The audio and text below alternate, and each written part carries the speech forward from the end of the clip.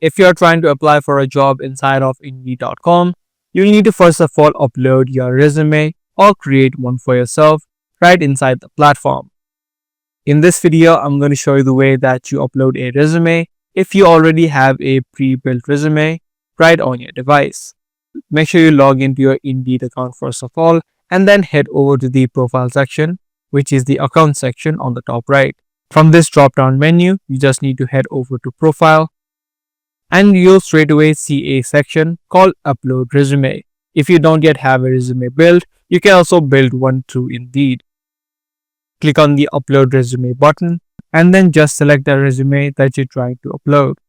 Once your resume has been uploaded, you can look at the review and verify if it is correct or not.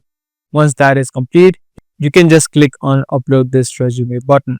And there you go, your resume now has been uploaded, so that whenever you apply to a job, the employers can easily view and go through your resume.